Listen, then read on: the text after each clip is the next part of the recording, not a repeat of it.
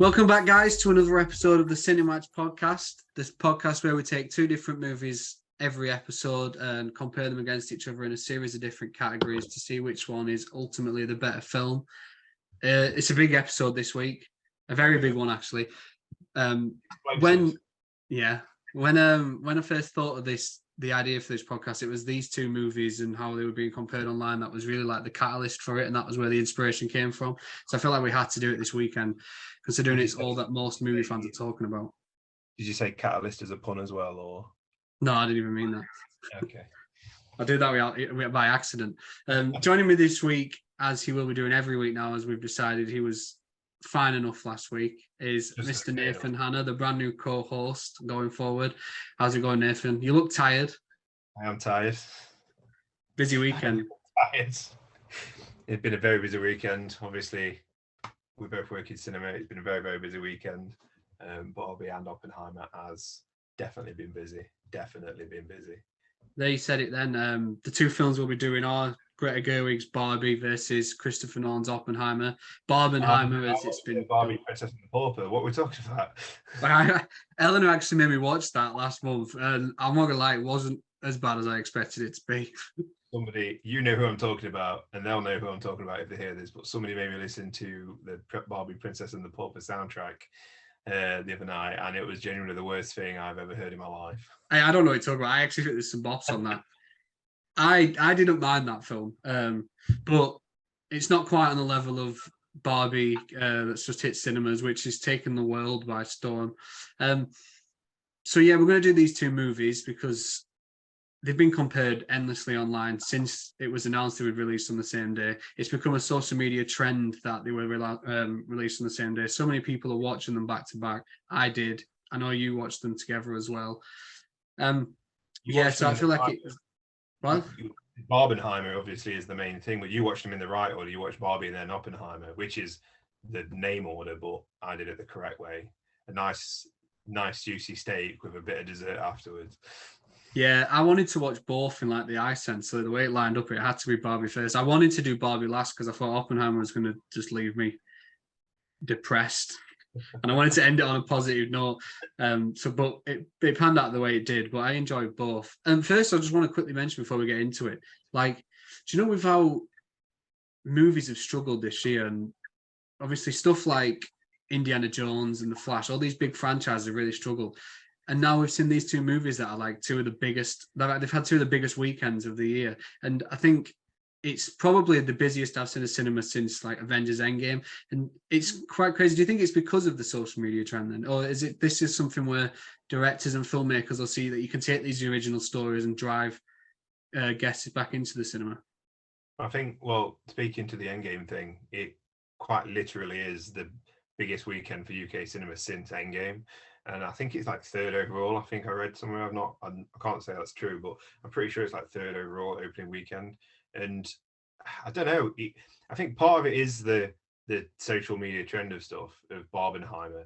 People really wanted to do it, but I think it's hard with Barbie because original story, yes, but it's still based on the doll, obviously. But it is still original, and I don't know yet. I think there's going to be a change from this, and more of these individual IPs can hopefully start pushing through, because franchises, we're starting to get a bit of fatigue, because with franchises, it's if it's not about bringing back legacy characters like we did Ghostbusters and obviously Indiana Jones and stuff, it's about trying to bring these old franchises back, hopefully not Back to the Future, about bringing these old franchises back. And even like Marvel and DC now both don't feel special anymore. They just feel expected. Which is something somebody said to me earlier, and I agree. They don't feel special; they feel expected. But yeah, hopefully we start seeing a trend of more individual. Obviously, Christopher Nolan's always, except for Batman, he's always going to be doing that individual stuff, unless he gets on Bond, which would be amazing. But hopefully, starting to see a bit more individuality in film releases. Definitely. I saw that about his interest in doing Bond. That'd be something special, and I can only imagine the work he'd do. Yeah, I think what I'm hoping is they don't take the wrong message from all of this and start trying to coincide releases to try and replicate it, because this is one of the moments that just don't happen often. Like Endgame was a moment that doesn't happen often. You can't replicate that now, and I think that's why Marvel have been struggling. And I really don't want studios, when they finally pull their fingers out and pay the people correctly, I really don't want studios to be like, right, well, I've already started to see the hashtag, because the new Saw film and the new Paw Patrol film, like Saw Patrol, like it's going to be, they're going to try and push it as many times as they can, and this is just a moment in culture that just really hit correctly. Yeah, it's one of those things where these sorts of things happen, like they happen by accident. It's not made by design, and like you said, it does look like people are going to try and manufacture this sort of thing now and hope to piggyback off that trend. And I don't think you'll ever be able to capture that magic again. It's like lightning in a bottle. And I saw that Saw Patrol thing, which is ironic, but no, let's just it's a one and done thing. I think we shouldn't try to keep this up. I think as well, what helps is the two massively anticipated movies, like a Christopher Nolan film. For all of my opinions on Christopher Nolan films lately, a Christopher Nolan film is a big deal because he is a big filmmaker. He is film, he is cinema. You know, straight after the Tom Cruise movie as well, like these two big heavy hitters in cinema. And then, of course, you've got everybody loves Margot Robbie, everybody loves Ryan Gosling, and everybody loves Barbie by the looks of it and by the feel of it. My legs this weekend, but everybody loves Barbie. So it wasn't two random movies that Barbenheimer got people excited for. I don't think it's two big movies that people genuinely excited for. If they didn't release on the same day, I'd be there day one to watch them anyway, if I could get the time off. But if I would be there to watch them, so I think it's having that excitement level as well as the culture. And I think it's great, the interviews with the cast and everything, where interviewers are clearly trying to get to push that narrative as well, but they're just as excited because it's a win for cinema and it's a win for movies.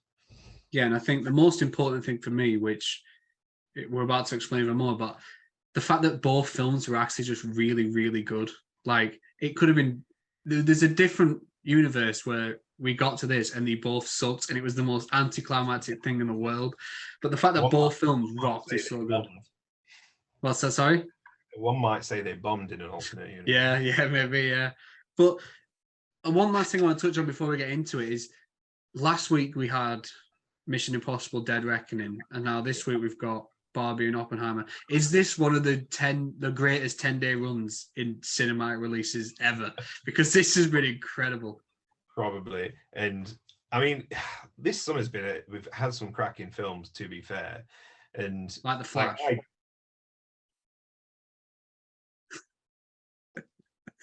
No words.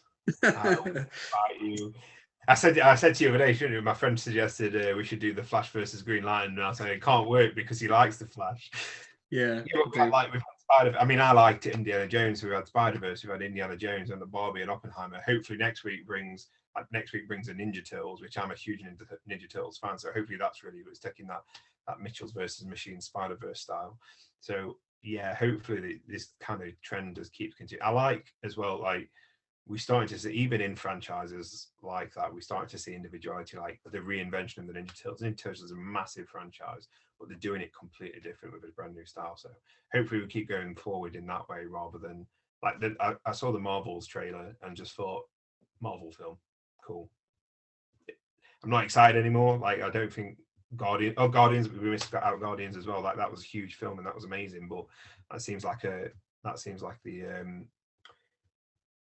opposition to the rule rather than the actual rule. So yeah, I think there's definitely a superhero problem now, and it's interesting that I think the two, obviously it's making a bold prediction now, but I feel like Barbie will be one of the highest grossing films of the year, and the other one is Super Mario's. So it's interesting that there's no superhero film that's even made $1 billion this year, whereas there's a cartoon about the Super Mario video game, and now there's a film about Barbie which looks set to smash it. And it feels like audiences they're over superheroes now, and it's time that everyone's slowly moving on. But that being said, Superman Legacy is still one of my most anticipated films ever, because I love that character so much. So for Blue Beetle. No, that's going to be a nothing. I don't know what the point of that is. And it's a shame because I like the actor, and I think the character, if done well, will be good, but I just don't think anyone cares right now. And I think it's the worst possible time to release it because there's no stakes. I'm looking forward to Superman. But yeah, I think as we'll probably get into with Barbie, it's a part of a franchise. It's a toy brand. It's clearly an advert. I bet they're looking at it as like it's advertising, but the way it's done, it's not just this is Barbie. It is something deeper. It is something. It turns it on its head a lot more, and it makes it special. Yeah, I think that's what shocked me about Barbie. On the surface, I expected a very like cookie cutter, fun movie about the character, but it has delves into so much deeper, and it caught me off guard. I didn't expect it, but yeah, and I think Greta Gerwig in general hasn't disappointed me yet. Like Lady Bird, I fucking loved. Little Women, I loved. And now Barbie, I love. Like, that woman just keeps firing on all cylinders. And she said next she wants to do like a big blockbuster, so we'll see what that takes her. I hate to make myself look like a massive misogynist, but I've never seen a Greta Gerwig movie. I've seen little bits of Little Women, and I remember enjoying it, but I am definitely going to go back and watch it now because like this film would definitely impress me. I definitely recommend Lady Bird as well. That was so good. Like so good. Anyway, enough yapping about nonsense. Yeah. We'll get into it then. Obviously, we'll explain the rules this week because I feel like I've not done that once since the beginning one.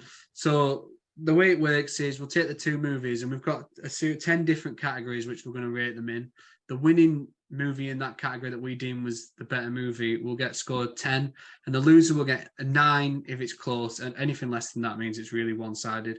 It's usually like we take it from like UFC and boxing where the judges score the rounds, and each round the winner will get a 10 and the loser will get either a 9 or an 8 depending on how one-sided it was. So that's where the whole ruling comes from. Obviously we can rule ties. There are 10-10s available if we feel like it's necessary, and sometimes it is because sometimes there's no separating some of these movies, and I feel like when the movies are so close in quality it's hard to score in one particular favor. So yeah, we do need those on hand just in case. Well, what we'll do is we'll go in reverse order. So the first category, I'll go first and explain my reason and my score, and then you'll chime in with yours. And then the next one, we'll flip the switch and you go first, and so on. But yeah, before we jump into the categories, I feel like I said to you the other day, I need to make a public apology, and I do. I know we've had a few listeners, so I've had loads of people say last week's episode was dead good, and we really enjoyed it. We had some good positive feedback. Your partner had some good positive feedback. My partner had some good but I've been ripped by everybody that's listened to it so far by saying that Mariah Carey did the soundtrack song for Deadpool 2. So this is my public apology to say that it was Celine Dion. So I do apologise. I'm glad because I imagine Celine was fuming when she checked it out. I saw a Twitter account and she made some pretty nasty comments. Tagged us. See, I couldn't see it because she's blocked me as a result. I didn't want to lose that Toblerone sponsor. Yeah, Toblerone following us now out of nowhere. That was random. But yeah, so without further ado, let's get started with the CineMatch podcast this week. The battle between Barbie and Oppenheimer, Barbenheimer. So let's go. So first up, we'll start with the best lead character. So I'll go first this time. You've obviously got Margot Robbie as Barbie, and first I just want to start this by saying I think Margot Robbie is probably the best actress in the world right now, in my opinion. Like, I can't remember the last time I saw the movie and didn't think she was absolutely sensational. And also, she could be the finest looking woman I've ever laid eyes on. Like, I said it to Ellen when we got out of the cinema. I was like, I just kept looking at her in Barbie, and there's obviously a moment in it where they even like mention how good looking Margot Robbie is, and I was like, I just kept looking. I was like, how is this woman real? Like, I don't understand. And obviously, that's against. Is it Cillian or Killian? Killian. See, I keep hearing different things from different people, so I didn't know how to say it. I'll go Killian then, and then if we're wrong, you get to make another public apology. So yeah, there's definitely spoilers in this video if you've not watched either film yet. Oh yeah, of course. Spoiler alert. Yeah, good idea. I was just going to go straight up and spoil everything. Last episode, sorry Ethan, you're getting called out, but you'd not watched Ghostbusters or Back to the Future. Is it Ethan that not watched it, or was it Morgan? Just Ethan definitely hasn't. Oh well, sorry Ethan. Yeah, so yeah, at least this time you've been given fair one. I don't know why I'd even watch it if you'd never seen either movie. I mean, I appreciate the support, but but yeah, yeah. So spoiler warning. Yeah, good shout. But yeah, we've got Barbie, Margot Robbie's Barbie versus Cillian Murphy's J. Robert Oppenheimer, man behind the creation of one of the most ridiculous weapons in the history of the world, one of the most important men of the 20th century, and the creator of the atomic bomb. Like I said, I think Margot Robbie is incredible in everything she does, and she feels like she was ready made to be Barbie, like she was perfect. But I actually think this is Cillian Murphy's greatest ever performance, and if he doesn't win an Oscar for this role, I'll be very, very, very surprised. Like I've seen pictures of J. Robert Oppenheimer against Cillian Murphy. What's that? Sorry? Forget Oppenheimer's name. It's the name of the film, man. I know, yeah. But yeah, I've seen pictures of him put against it, and it's crazy how much he looks like him. And the way he portrays the character, it's so good. I don't think it works quite as well without him in that lead role. Like it's unbelievable. It's obviously we've got Killers of the Flower Moon coming out later this year with Leo, and people at the Cannes Film Festival were saying it's the best Leonardo DiCaprio performance ever. So that might come out in October and change my mind. But at the moment, I can't see anyone unseating Cillian Murphy as the Oscars best actor favourite. So I had to go 10-9 in favour of Cillian Murphy. I think every film Leo does, everybody says this is Leo's best role since the last. It's like Leo's like a DC movie. This is the best film since Dark Knight, and they're never that good. But yeah, I mean, Oppenheimer and Barbie, both lead characters, like the names in the titles. I agree. Margot Robbie is literally the perfect person to play this role. Not only can she act, she looks like her. She's hilarious. She's smart. She's a producer of Barbie as well, I think, isn't she? She pretty much brought this whole party together, and watching the film, you can believe that she is stereotypical Barbie. She is the Barbie that you think of. That joke that you said when it's like Margot Robbie probably not the best person to play this role when because she's calling herself ugly, and it's like, you're right. There's not a Margot Robbie film where she's not the highlight of it. Like even the first Suicide Squad movie, I would watch that because she's fantastic. I mean, I'd watch it for the same reasons you'd watch it, but because she's fantastic Harley Quinn as well. And Birds of Prey, I absolutely love. He's fantastic. Wolf of Wall Street, obviously, all that kind of stuff, and she's absolutely fantastic. But yeah, it's Cillian. It's got to be like the one thing I kept thinking throughout that movie is I'm not a huge Cillian Murphy fan. I don't like Peaky Blinders, and he's always in kind of these smaller roles, and he's very quiet and he's very reserved in his roles, or just that little bit quirky. Whereas this one, he's doing that, but he's doing it.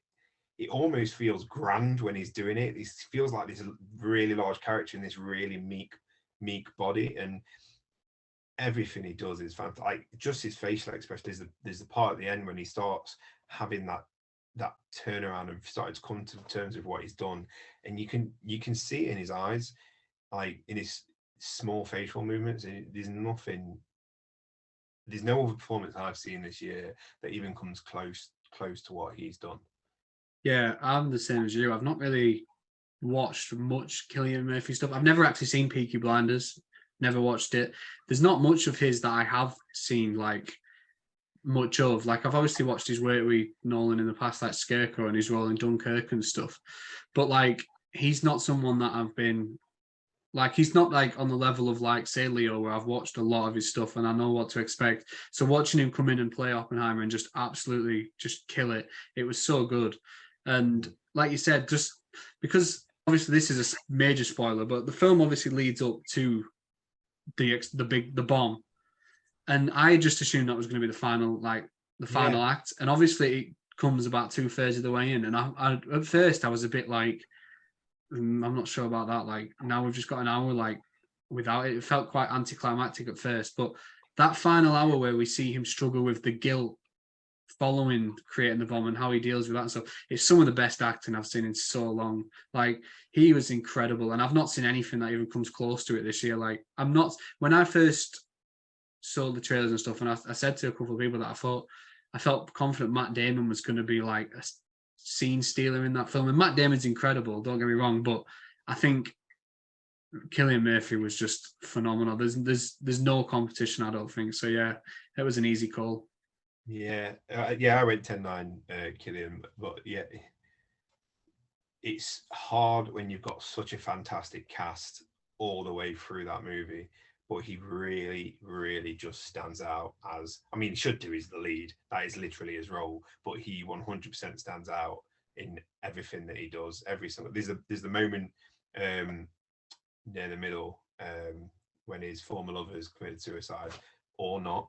But and he like goes off and he's having the breakdown, and it's just so raw and like really. And from there, as he starts to build up that pivot and the ending, um where he's kind of realizing, we won't get into it because we've obviously got an ending category, but those words that that person spoke to him, and and you see him realizing it in his face, and he's still that same person, and he plays it so well. And obviously he's basing his acting off of a real person, so there's a foundation there, but yeah, just phenomenal. So yeah, we'll move on next to a category that we're doing this week in celebration of just how deep both casts are. We wouldn't usually do something like this, but I think because there's such large cast, it felt important that we singled out the second lead in both films because they play such large roles, and we didn't want them to be swallowed by the rest of the cast when we're talking about them both. So we're going to go the second lead character now. We've got obviously Robert Downey Jr. in Oppenheimer as I can't remember his first name. Is it Louis Strauss? Is it Louis Strauss? Yeah, I think so. And who Ross as well. yeah, beforehand though, I didn't realize his role was going to be so big. Like from I the trailers, you don't see much of him at all. So I really didn't think he was going to be that prominent. I saw the interviews, and I just kept thinking to myself, why is Robert Downey? Have they brought him to the interview because he's the big name, and why is he in it? Like, why is he here? Like, to me, it was like, oh, it's just RDJ's ego because I know what he's like. And then as soon as the film opened, and you got the Oppenheimer opening, and then Strauss's opening, I was like, oh, is it going to be like a side by side story? And it pretty much is. And yeah, I didn't realize he was in the film. I thought it was going to be kind of like you know, it's a really weird comparison to make, but Jurassic World 2 and Jeff Goldblum's in there. It Oh was yeah. like courtroom at the beginning, courtroom at the end. I thought it was just going to be a bit like that, but I mean, it was technically in a courtroom at the beginning and at the end, but I didn't realize it was such a huge role. No, they kept that quite well hidden. But going up against RDJ, we've got Ryan Gosling's Ken, who everyone seems to be talking about coming out of that movie. He was incredible. They both were, and it's quite interesting. I came out of Barbie, and when I go on Letterboxd, I like, and I review something. I like to read other people's reviews on there as well. And I saw so many different people in the comments. Ryan Gosling getting that best supporting actor, he deserves it. This is unbelievable. No one can beat him. And then when I went to watch Oppenheimer and came out, I did the same thing, like to read the reviews, and the exact same comments are being aimed at Robert Downey Jr. So I was like, this is pretty wild. So I ended up putting a poll on Twitter about it just to see what the majority of people thought, which I'll share in a minute. But yeah, there's no point beating around the bush, so we'll crack on with that then. So I'll let you go first. How did you score this one? It was so hard. It was so hard because this is Robert Downey Jr.'s best role to me. Like, this is the best role. This is the best acting he's ever done. It's the deepest acting he's ever done to me. You tell me it's not Doolittle? No. Well, what is? It's you got to separate Doolittle. I think it 100% like it's going to be. If Iron Man wasn't a thing, this would be his crowning achievement. But everybody's obviously always going to remember him as Iron Man. But this is his crown, and I think this, since he left Iron Man and the Marvel behind, he's kind of struggled to have those roles where it's as memorable. I love him in Sherlock, but this will be his right. No, he is still a powerhouse. He's not just that fun person. He's not just that fun cast lead. He is a powerhouse, and his like he played his older self in this movie, the older Strauss. He played an older version of himself so frail and perfectly, but also really powerfully as well. And I think him as a person, his personality going into that I want to say character, but it was a real person, like really helped because he has got that sense of power. He can be like that that bit cheeky. He's got that ego to him, which we all love, but obviously we don't in Strauss. And I think it hopefully will be remembered as one of his strongest roles. I know it won't, because people will just go, "Oh, it's Iron Man." But I swear, if I see anybody say that Iron Man's performance in Endgame is better than this, I'll flip, because it's not. It's just not. Looking at you, Martha. Yeah, that's the second shout out she's got in 2 weeks. Maybe we'll just have to try and find a way to just work her into each episode. Just we'll have to try that's not. She doesn't need an ego. But yeah. What was I saying? He did. This is what he should be deserved to be known for, because it was a fantastic portrayal. But it went 10-9 to Ken because I may be biased, but I love Ryan Gosling. And he's done a lot of good roles, a lot of phenomenal roles. Nice Guys, Don't Say Her Name. Nice Guys is one of my favorite films of all time. Crazy Stupid Love is my favorite rom-com of all time, and he's perfect in that. I like Drive is fantastic, but Ken was it was perfection. There was nothing about it, like the innocence of him, and then going into that, learning about the world, and then that cockiness and the misogynistic side of him, and then realizing it's all just over this hard shell. He really played it really well, and obviously it's a bit slapstick, it's a little bit over the top, and it is played up for laughs a lot of the time. He also has one of the greatest songs outside of Eurovision Song Contest movie of the past God knows how long, but yeah, just phenomenal. It's just the small facial movements, the small reactions he does when other Ken is should I say just say Ken? When Ken's talking to Barbie instead of Ken, he does that quick look, or he just when he goes when Barbie asks him if he wants to go out, and he goes back into the house and goes, "Sublime!" Phenomenal. But I think it's easy to see him as this slapstick character or whatever. But what I really took away from what I think Ryan Gosling did really well was that he really portrayed, like I was saying, Ken as this like innocent, almost like a child at the beginning. He just wants love and affection. He just wants to be seen. He just wants love and affection. Then he kind of goes into the real world, realizes that, well, not realizes, probably not the right word to say. I don't want to get cancelled on a second episode of a podcast ever, but he gets the impression that men are better. He's kind of taught that men are better from all these things he sees and learns, and men are better and men are more powerful. And then in the long run, it's not really what he wants, and he just wants to be loved, but he doesn't know how to show that. He doesn't know how to, and he doesn't even know who he himself is. He has to find that, and that journey that he goes through is almost as important as the journey Barbie goes through as well. But absolutely loved his performance. Really hard, because they're two very different performances. One's very serious and one's really fucking not. But yeah, you can't. It was phenomenal. It's the only way that's my go-to word for when something's amazing. Phenomenal. But we were just saying before we started recording, he brought the Kenergy in both the good and the bad ways. Yeah, I've actually scored it exactly the same way. I had it 10-9 for Ken as well, because it is hard to compare them because they are so different, and that's why this episode is going to be much more difficult than most, because usually we like to take two films that are very similar, and these two couldn't be more opposite.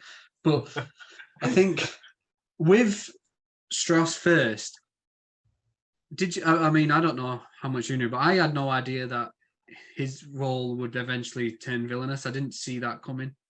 I didn't know the backstory. I didn't know anything about Oppenheimer, and I was tempted to read up on it or watch something, but I thought, if I'm going to learn about it, I want to do it through this, and I can kind of take the dramatization of it afterwards. But yeah, I didn't know anything, so it was really nice going in and just having that. You still got that classic Nolan twist, even though it's factor history. Yeah, but similarly, obviously in Barbie, Ken also has a bit of a villain turn as well. So there are some weird similarities. Is he a villain, Carl, or is he just a misunderstood boy growing into manhood and doesn't know how to navigate the trials and tribulations of the world? Yeah, but he does act a little naughty. By saying villain, Carl, you say men are villains, and I would probably agree to a certain extent. But yeah, I think at first when they cast Ken, there were a lot of eyebrows raised at Ryan Gosling being the choice because he didn't seem like the obvious man to play the role. But I don't think we could have possibly gotten a better performance. He was born to play Ken. He brought that Kennedy like nothing I've ever seen. That song, which I told you last week, I told you how good it was. I told you, and it was unbelievable. I refused to listen to it until I watched the movie, and you saying it was dead good. I was like, I'm not listening to it. So, and you were right. I don't know how many times I've played it on my playlist. I'm going to play it every time I feel sad. It was brilliant. And I think with a role like Ken, there's got to be a certain level for an actor where there's got to be that self-deprecation, the way you can just make fun of yourself. And I think Gosling showed he had that like in leaps. Like it was unbelievable. Like the way he just was so comfortable making himself look like an idiot. And it was so funny. Everything he did was funny. Like you mentioned the bit when he said like the sublime, but it was before that when Barbie knocks the door and he ran past and he heard the clatter and then he came out pretending she caught him reading a book.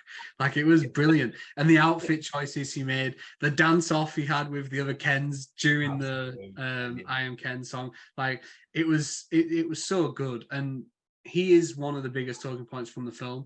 I know a lot of people, the biggest message people are taking away, and rightfully so, as we'll mention later in story, is obviously the feminist empowerment and stuff, and the way women are treated and how they need to stand up for themselves, and rightfully so. But there is also a really strong message about like men and the way Ken struggled to believe in himself and the self-doubt he had, and it's that lack of self-worth and how he felt like he needed Barbie's love to find that. And I think that was one of the strongest messages for me. And I think that was one of my biggest takeaways, seeing him at the end. Obviously, they still made it look ridiculous because he was like crying and then he kept trying to he kept taking it words the wrong way, which is very fitting for most men, taking any hint of kindness as an act of interest. Yeah. But he was brilliant. And I mean, he didn't even just have one good song, because the lyrics to the song playing the guitar were quite worrying, but the actual song was still quite catchy. Like, he's a great singer. I mean, obviously he did La La Land, so we know that, but I want to see Ryan Gosling sing more. Let's have more. Get some musicals in him. I'm ready. I want it. But yeah, I went 10-9 for Gosling as well, because I think RDJ's role, while was much better than expected from the trailers, and he was brilliant, but I think Gosling was actually the best role in Barbie, whereas RDJ was outshone by Cillian Murphy, I think. So I think it's hard as well. But I think as well with Ken's portraying a child. Like I said, I took away Ken's portraying a child going into adolescence, whereas Barbie was portraying a girl moving into womanhood. Like, that was kind of the story, and I just think that really, that adolescence part of it really helped his performance and really helped his character, and he did it with that kind of naivety of men are great, we are powerful. Though it was a bit weird. You're saying he's got some of the funniest moves, not this, but it's like when he's gonna show her he's gonna surf and he runs and it hits the plastic wave. He's like, oh, did anybody see? Yeah, it was brilliant. Everything he said was so funny. But interestingly, we've both gone 10-9 there for Ryan Gosling's Ken. But I put that poll on Twitter, and over 310 people have voted so far, and it is overwhelmingly in favour of RDJ at the moment. Really? So, I don't know if it's because Oppenheimer was obviously the more serious film, and you think of like best supporting actor at an Oscars, and it's very rarely going to be someone playing a role as goofy as Ken. So that might be most people swaying, but I just think the performance, I think it was harder, to be honest. I think it was a harder role to nail, and I think he did it perfectly. So yeah, I think that was that's two we've agreed on in a row now. I imagine there's going to be quite a few of you actually that we agree on, because it's so close. Are you saying you don't think it was a stretch for Robert Downey Jr. to play a powerful rich white man? Yeah, I think he might be typecast at this point. So moving on, we'll do the cast next, because I think these two movies have two of the deepest casts we've seen in quite a while. It just felt like both movies had just, from top to bottom, were just stacked with recognizable names. And I can't remember a time where there was, obviously there's been movies in the past where we've seen stuff like that, especially like Quentin Tarantino movies and stuff. But to have two movies come out the same day where both movies are so deeply stacked with, and there's people coming in for like 2 or 3 lines that are just worldwide superstars. Like I can't remember the last time we saw anything like that. So I feel like this is probably going to be the most interesting cast category we've had yet.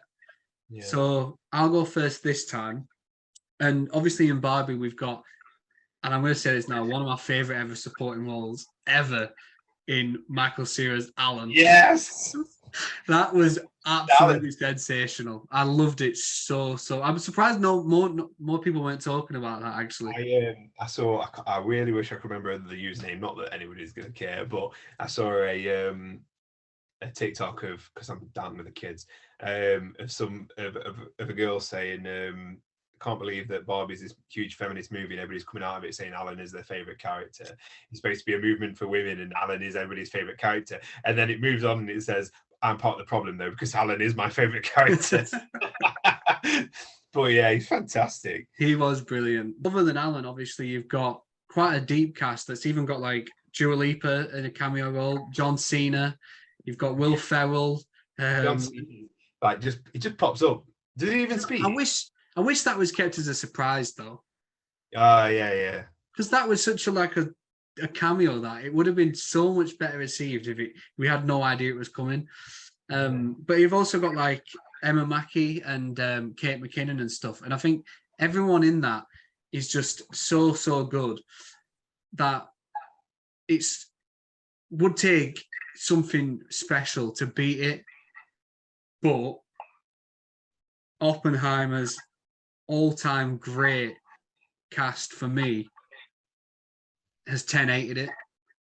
I think 10-8. Oppenheimer 10, Barbie 8, because I didn't even talk about America Ferrera, by the way, who was one of the stars of the Barbie film. I think that monologue she gives was one of the best moments in the film. So I just want to quickly shout out that before I just talk about why I think Oppenheimer's cast is one of the best things I've ever seen. Because from top to bottom, like if you had to name all the great names that show up and give some of the best performances of their career, it'd take me like 10 minutes. Like there's so many great names in that film. There's some that show up for literally 2 or 3 scenes, like Rami Malek or Kenneth Branagh, who are clearly they want to work with Christopher Nolan. So they're like, yeah, just give me what you want. There's Jack Quaid, who is obviously from The Boys, and he was in Scream 5, sorry. There was people like Josh Peck from Drake and Josh, my guy Josh, who, if you'd have told me 15 years ago watching Drake and Josh, he would be in an Oppenheimer film helping launch the atomic bomb, I wouldn't have believed you. You've obviously got names like Florence Pugh, who gives a really, really good performance in more ways than one. Emily Blunt, who's just superb and has some really good scenes, especially at the end. Like her scenes towards the end are superb. She had one of my favorite scenes. We're not doing quotes today, but she had one of my favorite when she was like, it was 16 years ago, and he starts talking about, no, 17 years ago. And he starts talking again. He's like, oh no, 18 years ago. I was saying that to Ellen, one of my favorite moments in the film, and there was a woman next to me that actually cheered when it happened.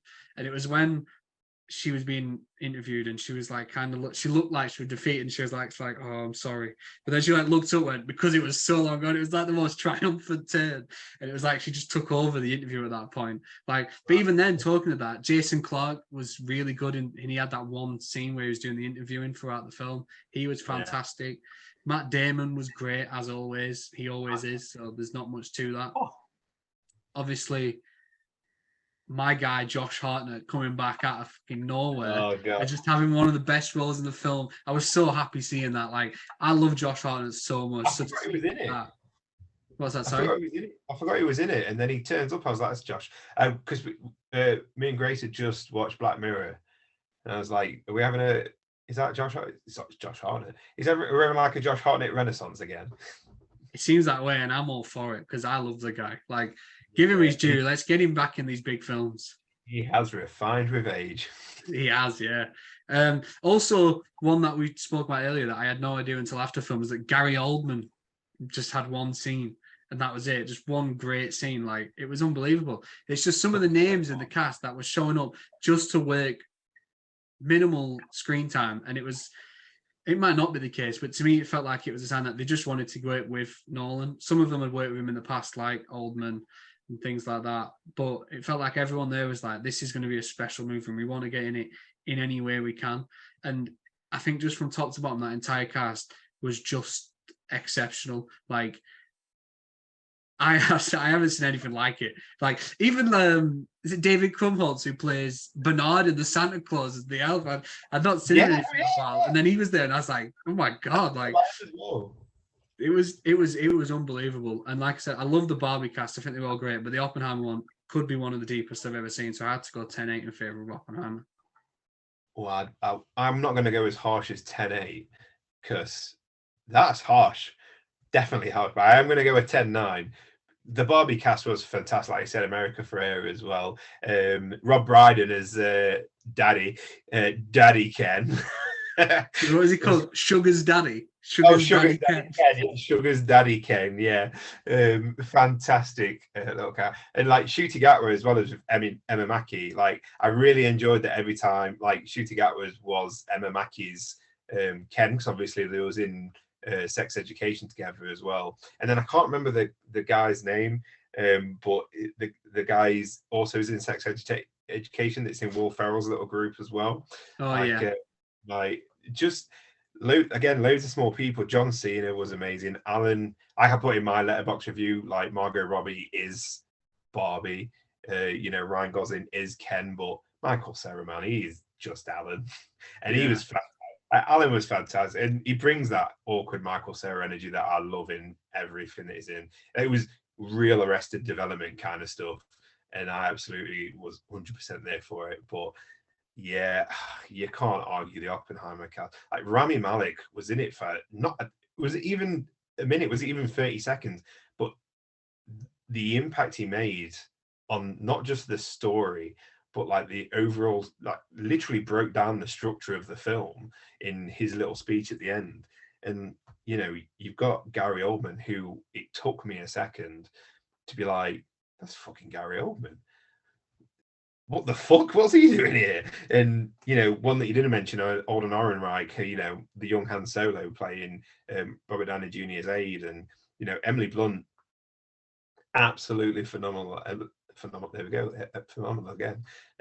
Absolutely phenomenal. And I did love the bit when she's just looking, like you said, looking there, she's gonna cry, and then she's like, "Oh, actually, fuck you guys." And you said there was a woman sat next to you. It might have been Grace, because if she went to watch it, because I was sat next to her, she was like, "Yes, go on," and she was absolutely smashing it. Like she was loving it. But there's bits with Emily Blunt, like when Florence Pugh kills stuff, and Killian's having that breakdown, and she's there. So, there's a really great line. I really wish I could remember it, but it's something along the lines of, you don't get to sin and not live with the consequences, or something like that. But I really wish I remembered the exact line, but it was such a great like hit to him, and it really pushed down on that character is. And the ending bit when I can't remember the guy's name, but he goes, the one that kind of moved on from Oppenheimer and kind of played against him. He went to shake her hand, and she just stared him down, like proper stared him down. Oh, it was so satisfying, so satisfying. But yeah, just loads of small characters. But you mentioned him. I'm sorry, it's not Josh Hartnett, but my absolute favorite character. And he might be my next Ryan Gosling that I just kind of always say I don't like, but I'm slowly falling in love with. But Matt Damon was amazing as the character that he played. I like when they're like walking up, and Oppenheimer's like, "I need this," and he's like, "No, you get this. I need this. No, you get this." It's just great. And the bit of the interview at the end, and he still shows that respect for Oppenheimer. He says, "I wouldn't choose any of these guys." I literally leant over to Grace. I was like, "Oh, they're friends." But no, Oppenheimer cast 10-9. Undoubtedly, you can't. I said this a lot last week. You can't argue it, because it's such a powerhouse, and you can tell it's because I want to work with Christopher Nolan. I don't care who it is. Florence Pugh's character was amazing. That was a tortured soul, played tortured soul by a tortured, not by a tortured. It was played perfectly as a tortured soul, and she came off a good person as well, which is 2 tortured soul roles in a row. Yeah, I think someone needs to check on how she's doing. No wonder she shaved her head. Is she okay? But I tell you, one thing we didn't even touch on is obviously Oh my God, Oppenheimer's Florence cast Pugh's as going to well. be doing later on in the year. We're getting the Florence Pugh year. Yes. But we never even touched on Simu Liu in Barbie, who was also really great. Absolutely, was And great. the scene, my favorite scene is the Ken's dance off, and he is throwing some shapes. Like, he was incredible. So I wanted to just make sure I didn't forget him, and we actually give him a little shout out. But yeah, the Oppenheimer cast. And Matt Damon, who I don't think I remember the last time I saw him put in a bad performance. Like, I really rate Matt Damon so highly. So having him in such a prominent role was it really, really pushed that film up for me.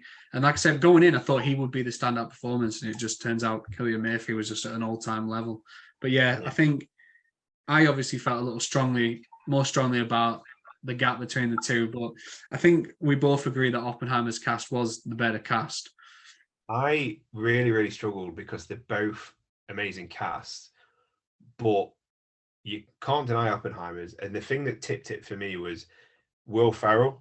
I love Will Ferrell. I know you love Will Ferrell, but I think he went, and maybe it's the direction to be like, it's ridiculous that these men get to be in charge. Maybe that was the direction, but I think it was too over the top for the real world.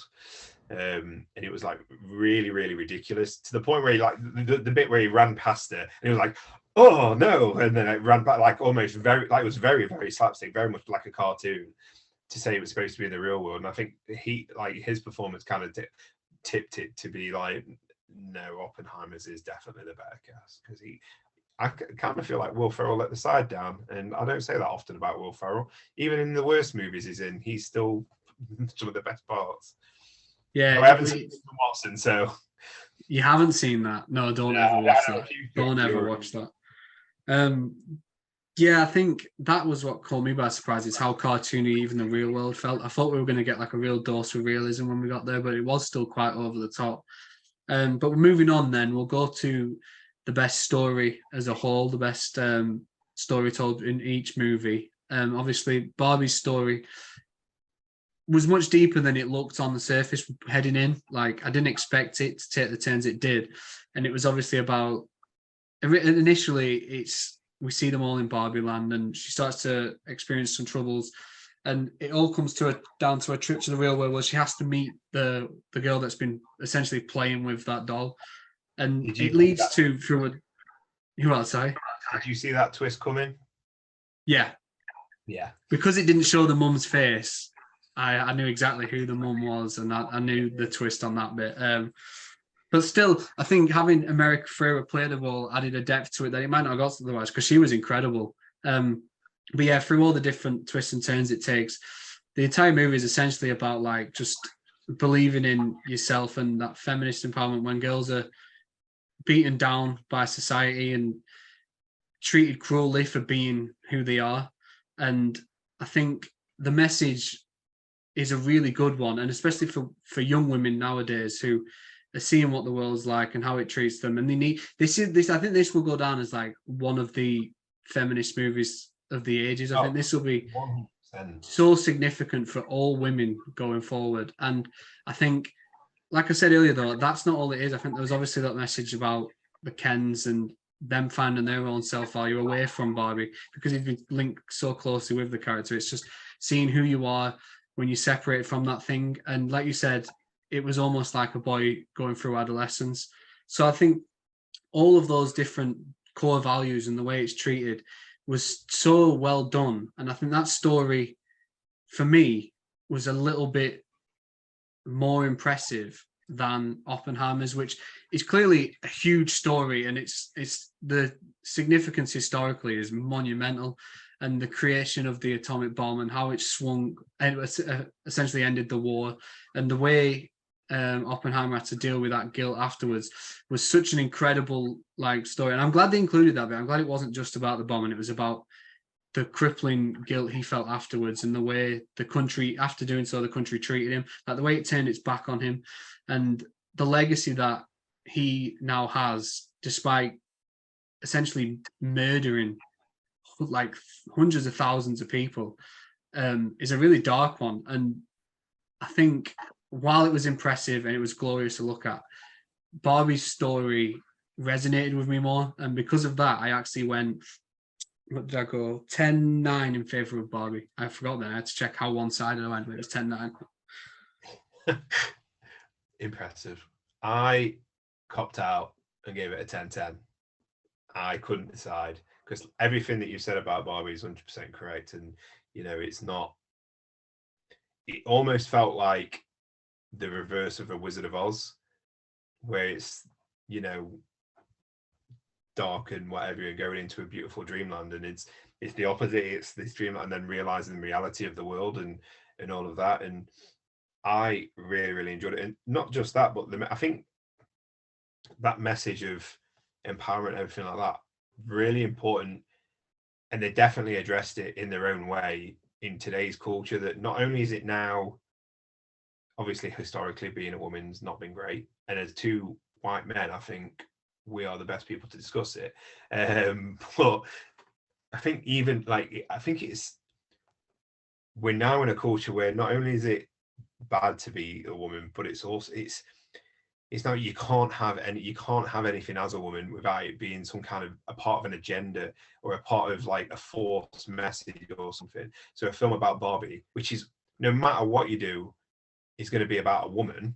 It's woke, quote unquote. That's not my terms, but that's what people will call it. It's going to be woke, or, you know, because there's a fantastic bit in one of the background songs where I can't remember the actress's name, but the President Barbie, and the song's going Black President Barbie, and it's singing that, and it's like, it was proper making me laugh. But I've seen people on like Twitter and stuff like, oh, they was forcing that down your throats, like, do we need a black president? Do we need a woman president? Do we need a black woman? It's like, it's clearly played because a lot of people aren't getting that message. Is it's not being shoved down your throats because of that. It's being shoved down your throats because they're talking about what we're missing and what we aren't giving people.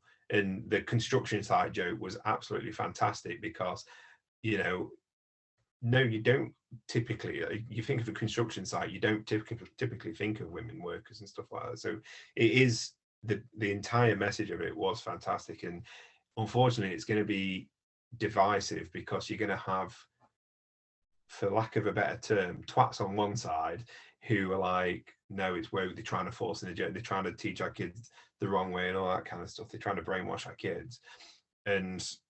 But on the other side, you've got people who actually see the message and of, you know, that empowerment and women get to decide what they want to do, which was the ultimate message of that movie at the end. To the point where, again, Grace was sat next to me going, yes.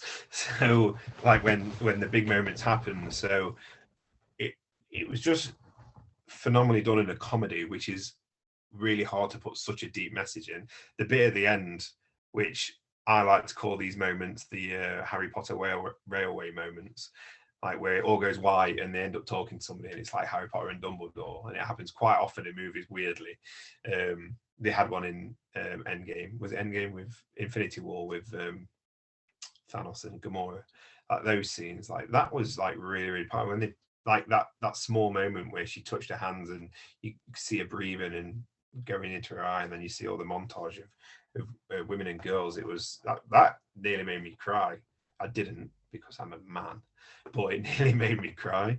And it was phenomenal. But again, Oppenheimer had an advantage because it was based on a true story, and that kind of made me want to give it a 9, but instead I gave it a 10 because of how the story was crafted and how it was put together. I have not been liking what Nolan does with editing recently. Dunkirk was ruined for me because of how he did it, and Tenet I wasn't a massive fan of because, again, how it was edited. And I know that was all due to the time stuff, but I wasn't a massive fan of it. But how he did it in this, but not just with time, but with black and white and color as well.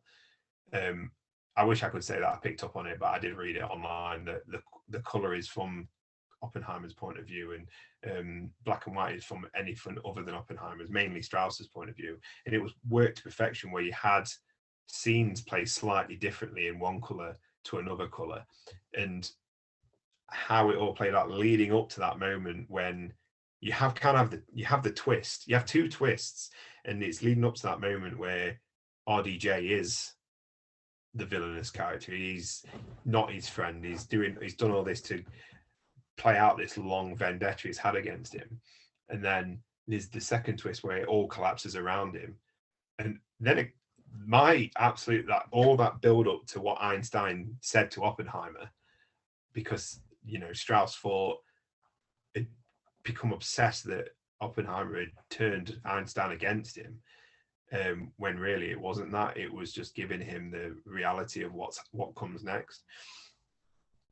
Was absolutely fantastic, and it was expertly crafted. I put in my letterbox review, it is definitely his third best movie after The Prestige, which is number 1, and Inception, which is number 2.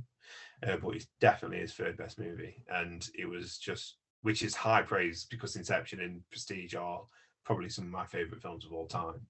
The Prestige more so. That's just top tier, perfect movie. But yeah, Oppenheimer is just a masterclass in storytelling and editing and how it was done. The fact that they didn't show this huge explosion, they shown the reaction to the huge explosion rather than the explosion. Just everything that was done, it was done for a purpose. It wasn't a wasted second. And then you get to that, like you said, that 2/3 moment, and you kind of go, oh, I thought this was going to be the end. And I had that same thing as you, where it was like, I don't think I'm liking this. And then it started to build back up to this human drama, and I'm like, oh fuck, this is fantastic, and I can't wait to watch it again. So I couldn't even, it's a 10/10, because both films did exactly what they set out to do perfectly, and I'm too much of a wimp to score one way or another. No, I get that. I think the Oppenheimer story as well, it almost felt like a sports movie to me.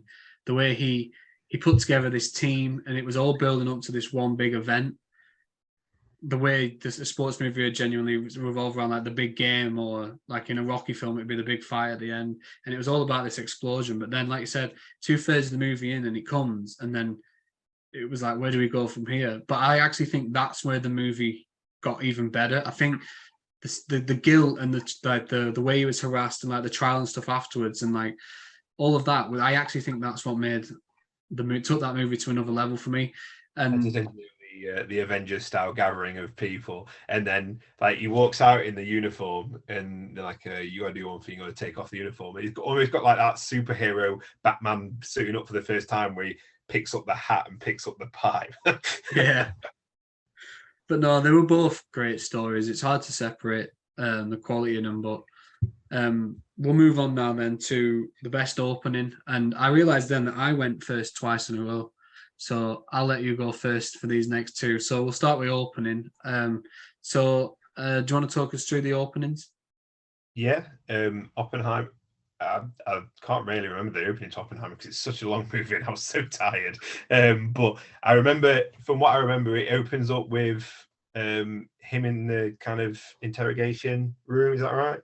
Yeah, A it, little it bit. opened up with Strauss, I think, and then it quickly went into his early days at university. Oh yeah, the early days of university, and he's like kind of struggling with these visions, and he's like terrible in the lab and everything. Yeah, no, I didn't. I'm probably going to give it away that I preferred Barbie's opening to Oppenheimer's. The fact that it's not that In as fact, you couldn't memorable. remember it. No, and I think it was all character building, and it was all like the work up to what he becomes, and it's all that build up to what he was from what he turned into and how he got there. But I really enjoy what I really enjoy. Oh, it opened up with the flames and the quote, the Greek quote, and yeah, I really enjoyed the seeing him go through them struggles and those visions of all the what I assume are practical effects, because it's Christopher Nolan, and I really can't wait to see how they were made on the behind the scenes. But yeah, growing and finding what he's like, and the bit where he poisons the apple and kind of like wakes up the next day and rushes to do it. That interchanging with the Robert Downey Jr. stuff, and you kind of don't know what's going on there, and you get your first taste of color versus black and white. It was really, really good, but for me, it was all set up and probably why it wasn't as memorable, because everything that it builds up to, for me, those are so memorable moments that this is kind of easily forgotten in my eyes. So quite obviously going to give it 10-9 to Barbie, because Barbie's opening was just fantastic, with the voiceover from Helen Mirren describing what Barbie's world is like, and what are you doing tonight, and just having a massive choreographed dance off and all that kind of stuff, and the party, and everything about it was just really just set up the expectations to what this movie was going to be. It was hilarious, perfectly introducing Barbie. Having that voiceover was fantastic. Explaining as well, like, why there's no water, and Barbie, nobody ever takes their Barbie and makes them walk down the stairs and all that kind of stuff. Absolutely phenomenal again. Really, really funny. I'm not gonna lie, I can't really remember either of the openings very, really strongly, because I was absolutely knackered for both of them, because both films really like build up to what they are later on. But I just remember Barbie. I think I didn't stop smiling at all through Barbie, and as soon as that film opened, my grin was already massively wide. So, and introducing all the different Barbies, it shows you Midge. Nobody talks about Midge. It's depressing having a pregnant Barbie and all that kind of stuff. So yeah, I gave it 10-9 to Barbie. I'm going to stop talking because I can't remember either of them very well. No, I actually agreed though with the 10-9 to Barbie. I think, like you said, Oppenheimer is such a long movie, and so much goes on that the opening doesn't feel very significant. And like you said, aside from the explosive, like the way it opens with the explosion on the screen of flames, and like the quote, I think it's Prometheus, quote about Prometheus. Like, aside from that, there isn't really much to talk about with the Oppenheimer opening. Whereas the Barbie one, obviously Helen Mirren just nails the voiceover. Like, it's incredible. We get the cool scene where the little girls discover Barbie and just start trashing those babies. That was incredible. It was an awesome like introduction to Barbie Land as well. I think just the whole set, like the way it was introduced, and we saw like the way the world was there, like drinking from the cup, but there was nothing in it and stuff like that. And the way it tells you perfectly who every character was and how like superficial everything was there. Like, it was so entertaining, and that didn't give away where the film was going.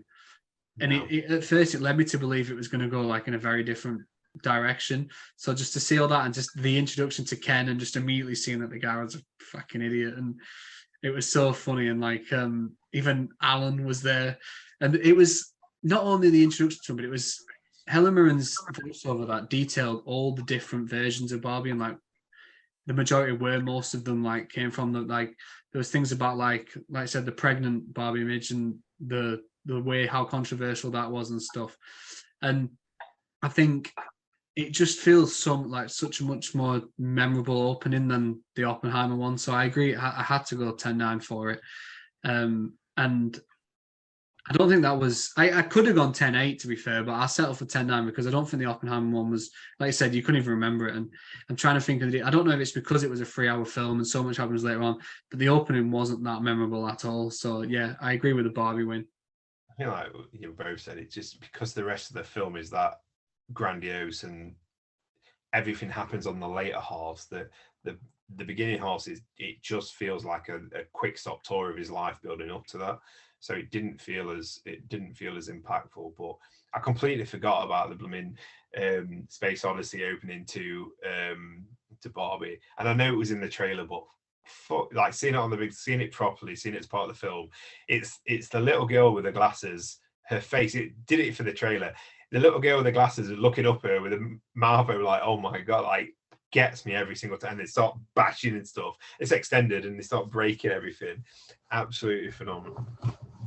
So we'll move on then to the best ending to each movie. I'll let you go first again this time, so because I went twice in a row. But we'll quickly run them down. Obviously, the Barbie, they couldn't be more different. The two endings, they could not be more different at all. The Barbie one ends on quite a positive note, actually, with Margot Robbie's Barbie character choosing to move to the real world and become human, and it ends quite hilariously with her going what appears to be like a job interview. Like at first, it seems like she's going for a job or she's going to work, and she obviously goes in and reveals it's the gynecologist, which is obviously played for laughs because, I mean, I don't know what the situation is there. I don't know what's going on. I don't know if she's been transitioned to human and she's got female parts now. I don't know. I did love the line with the construction where she's like, I don't have a vagina. And then Ken's like, I've got all the genitals. Yeah, and then so just to have that earlier in the film and then at the end, she just reveals she's going to see a gynecologist was hilarious. And on the flip side, the Oppenheimer ending couldn't have been more dark. Like we finally see what his conversation with Albert Einstein was before Einstein ignored Strauss, and it was like the catalyst on Strauss spitting his dummy out essentially and turning on Oppenheimer. And it was the way he said, we thought setting this bomb off would unleash a chain of events that brings about the end of the world. And you think about that like physically and the way the bomb might alter like the environment and stuff, but the way like he ends it with, and I think we did, and he means figuratively, and the way it could lead, the way that bomb could lead to bigger and worse things and stuff. And it's such a depressing way to end that movie. Like the way the two movies ended couldn't have been more different. One went for the light-hearted laughs, and the other just went for pure fucking sorrow. It's the line earlier on that was like, it's like we did it and it was successful, and then the other guy says, until somebody builds a bigger bomb. That line really hones in on what the message of the movie really should be. And that is it me scoring first, you say? Yeah, you go first for this one. So Barbie's ending had me choking with me holding the tears back. And like I said earlier, like when they're in that void and she's experiencing it all, really, really got to me. And then you kind of see open, like I loved the ending of you think she's gonna have a job, because that's the stereotypical ending. And then when she says it, I burst out into like proper laughter, fits of laughter. It was great. But not just that, like before that as well, like Ken having his ending as well. At times it felt like more of a Ken movie than a Barbie movie, so I'm glad it got that out of the way before she could have a big ending. But I'm going to give it 10-9 to Oppenheimer, because there's just so many like obviously Barbie's an upbeat ending, blah blah blah, but Oppenheimer is just so many satisfying moments with such a depressing ending. I mentioned it before, Emily Blunt, her moment where she refused to shake the guy's hand. Oppenheimer stood there realizing what Einstein said about people won't be celebrating you, they'll be celebrating themselves. Like they're using you as a way to celebrate themselves, kind of thing, like his generation did with Albert Einstein, and now that's happening to Oppenheimer. They basically threw him to the side and then bring him out to do the awards and stuff, and seeing his realization on his face and having that satisfaction, having the satisfaction of Robert Downey Jr. being fucked over. And I bet Alden Ehrenreich absolutely loved playing that scene where he gets to be the cocky shit and be like, just opens the door when he's not ready, and get the photos and all that kind of business. But the ending scene with the earth catching a flame, which again somehow it's got to be practical effects, it's Nolan, with such a visually stunning way to end it. I couldn't think of a better ending. It was, Nolan's very well known for his magic tricks at the end and his big reveals at the end. And the fact that this is like a factual story that obviously I didn't know the real world of it, but it's a factual story. And I bet people who knew the story were still taken off guard or still taken on this massive journey. I'd love to speak to somebody who did know everything about it, and I probably will do at some point, but really, really blew me away. Really blew me, no pun intended, really blew me away with how expertly crafted that ending was. So yeah, I'm going to give it 10-9 to Oppenheimer. Yeah, I've gone with the same as well. I think we might be on like a run here, just agreeing with almost everything. But I went 10-9. I know, yeah. But I went 10-9 for Oppenheimer too, because like the Barbie ending was hilarious and it got a huge laugh at the entire cinema. But it was played for laughs, where I think the Oppenheimer one, it was just the realization of where that moment and that creation, which going in, I was almost worried it would be portrayed as like some huge triumph. And the way it was portrayed at the end, where it was like, no, this was a big fucking mistake. And it makes you think like about the real world and like how things like that could eventually lead to some disasters. And it was like there was silence in the cinema, like it was the complete opposite. And I think just how monumental the conversation was, and obviously they teased it before, and we'd seen the Albert Einstein before, and that was from, like you said earlier, about the colors matching the point of view. The first time I saw it, it was in the black and white, and at the end it was in color, which was from Oppenheimer's perspective. And just it was just that line, it landed such a blow, and it felt like it was like a gut punch to the stomach, because it feels so like even relevant now. Like, not to get too depressing, but there's always like these conflicts in the world and stuff for like Russia and American stuff. And it's like things like that are very possible even now. And creating that atomic bomb and showing what was possible could have been one of the biggest mistakes of all time. And it didn't end wars the way they thought it was. It just encouraged other people to get involved and build similar sorts of devices. So just having the ending nail that message and really, really hammer it home with the final lines, and like you said, the world catching fire. It was, I didn't see it coming, and it like knocked me for six, and it was something that I think will stay with me for quite a while. Whereas the Barbie one was played for last, but it was like, yeah, that was funny, but like that's done now. Whereas the Oppenheimer one, it was like everyone in the cinema was just sat there like, what the fuck have we just seen? Like it was really like effective. I like that. I saw controversies, obviously, as always is online. I saw controversies leading up to it being like, is it going to celebrate Oppenheimer? Is it going to celebrate all the things that he did? Is it going to be like almost like a love letter to him?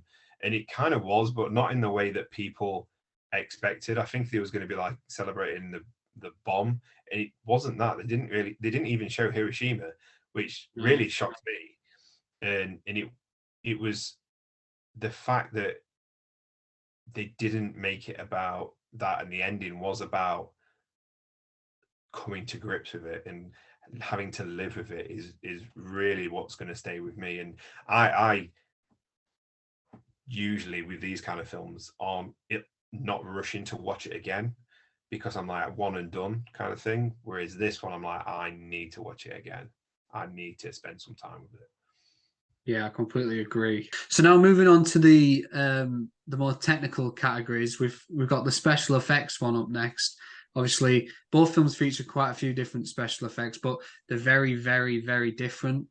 Barbie's are more cartoony, and while they look good, they're obviously supposed to look as though it was like a studio movie from like the 30s or the 40s. And I think because of that, it's really effective, because I've got a real soft spot for like things like Wizard of Oz and stuff, which is where Greta Gerwig said she took a lot of her inspiration from those old movies. And you can see it in like the slapstick special effects that are used and how blatantly fake it all looks. But I really enjoy that, and there's a certain charm to it. It's supposed to be a toy as well. They're all supposed to be toy areas as well, aren't they? Like the waves and stuff, all, and the beach, all very look like toys. Yeah, and then you compare that to Oppenheimer, which is apparently all practical effects, which is absolutely mind blowing, because some of the stuff you see in that is incredible. Like even the little bits where like he's having the little nightmare visions of what's to come, and like the explosions and stuff. And he's got the one where he's giving the speech and everyone's like in the shelter with him, and he starts to like hallucinate and see like the effects of what a bomb would have on civilians. Like there's a woman whose skin is like peeling. I think I actually saw that's Christopher Nolan's daughter who did that bit. Oh, really? But yeah, and like the special effects they use to create like the bomb, and how apparently it's all practical, which I have no idea how they've done it. But Nolan's always figuring out ways to just reinvent special effects, and the way he makes everything look, it's just second to none. And this is no different. And even the little things, like the way he ages Emily Blunt up at the end, because at first I saw Cillian Murphy and I thought like it looked a little bit clearly like he'd had makeup on, or like he was obviously like digitally aged. But then you see Emily Blunt, and she looked incredible. Like that looked so real. Like it really knocked me back. So when I like partner that with like some of the special effects you use to create like the explosion and the way we see it, and what really shocked me is how silent it was at first. Like I didn't expect that, and Yeah. obviously logic suggests it would take time for the noise to reach, and then it made me jump when we actually got like when the explosion reached on the noise and everything started shaking and stuff, and just all of it from start to finish, like the different effects that were used throughout the visions, even that opening like scroll with the Prometheus message and the flames there, like I think it was all just beautiful. And in an age now where we're seeing CGI and stuff just somehow getting worse in like the superhero movies as it's being rushed out, so seeing things like that and then just getting to watch something like this and seeing how practical effects can still be the very best way to do these sorts of things, it really struck me that these big blockbusters are just,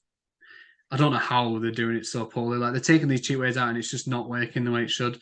And it doesn't make Yeah. sense that practical looks so much better, but it does. And even though I like both movies, special effects, and the way both movies have clearly employed very different strategies for it, I think the Oppenheimer one and the achievements it's made and just how impressive it all looked was quite significantly better for me. So I actually went 10-9 in favor of Oppenheimer. Actually, I went 10-8 in favor of Oppenheimer, actually. It was 10-8. Really? Another Yeah, I went 10-8? 10-8. Yeah, I went 10-8 in favor of Oppenheimer on that one. How did you score that? Wow. I went 10-9 to Oppenheimer because very easy. It's 10-9. You just watch both films. That's all you need to do. The special effects of the visions he has, if they are practical,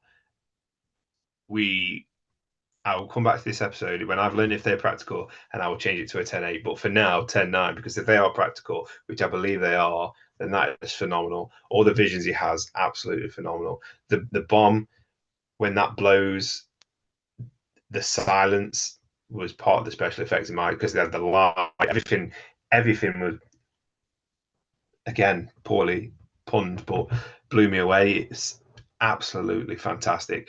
And the special effects are used very small doses because they're not needed all the time, like in Barbie. But when they're used, they are used so effectively.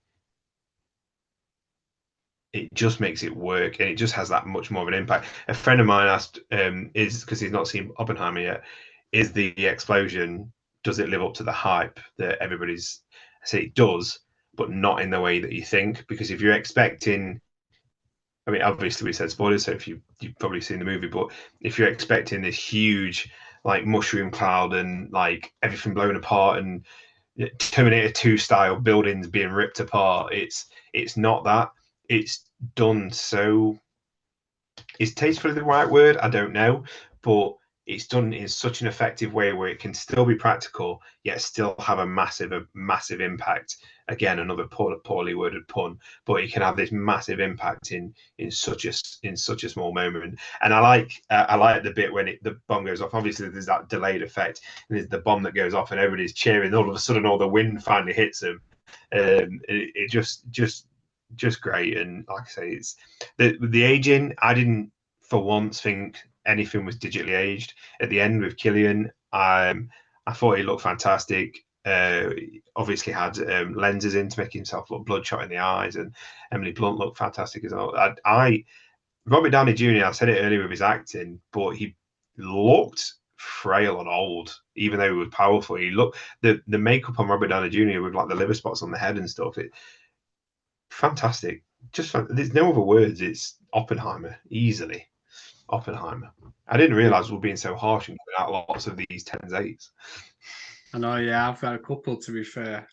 Moving on quickly then. To be fair, this one might go a little different because next up we'll talk about the set design and specifically, specifically the way Barbie Land was designed and created as opposed to Los Alamos in Oppenheimer.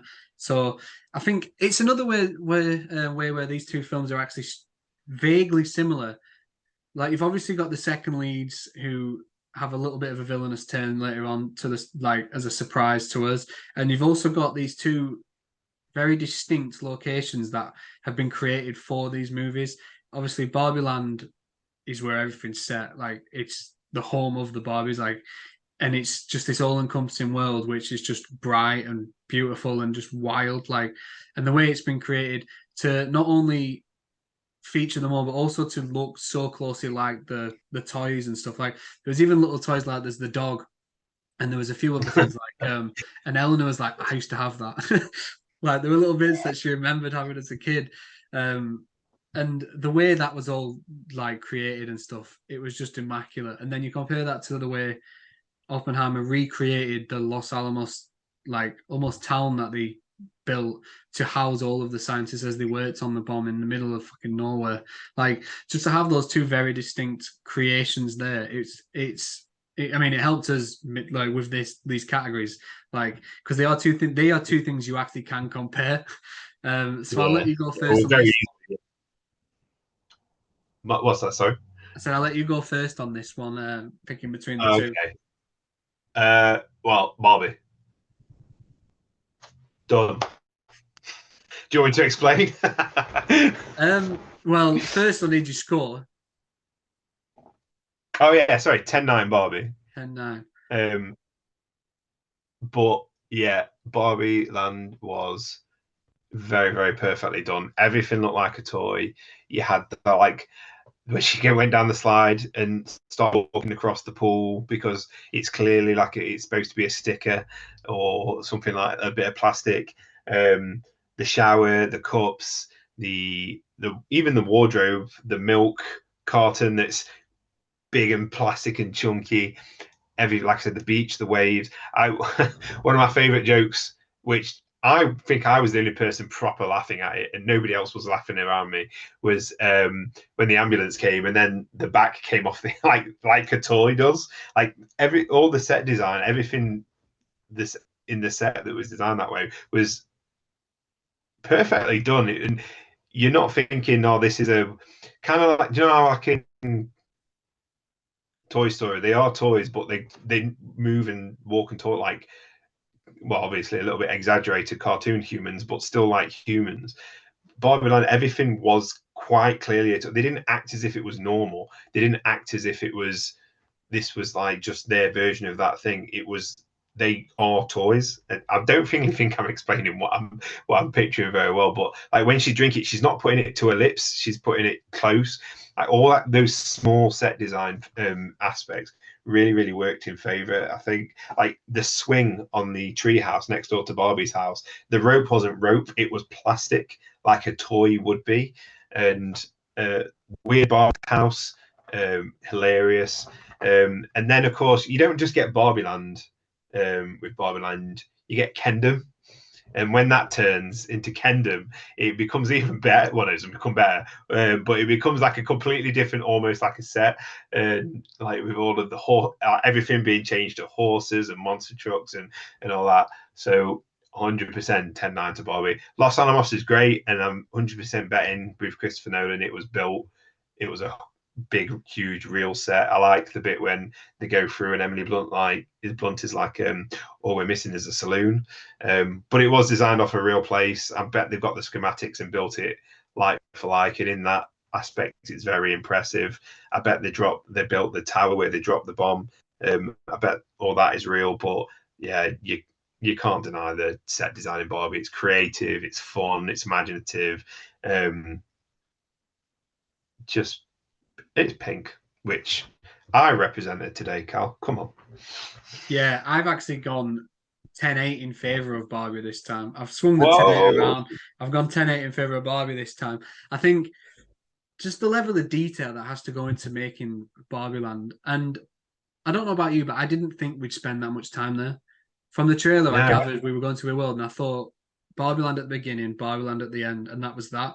But we spent so much more time there, and it meant everything that was designed had to be like perfect, and it had to be so detailed, and all the different locations, so like including going up to Weird Barbie's house and the colourful steps and stuff, and the way she lives, and the beach, and like I said, the ridiculous like wave that's just kind of stuck, There. and all the different Barbie houses, and I think it all just looked immaculate. And like you said, Los Alamos, they had something to go off there. They knew what they were building because it was a historical place. Like I imagine it was very accurate. I imagine it was Nolan had done his research and his due diligence, and he knew exactly what he needed to build, and they did that. But I think Barbie required a little bit more imagination, and I think Greta Gerwig and her team like pulled that off so well that it was one. I'm not even just saying this now between these two, but I think that the set design for that Barbie land is one of the best like we've seen in quite some time. And again, it was something she took inspiration from the Wizard of Oz with the colors and the way it looked like a backdrop, like a studio in the 30s or 40s.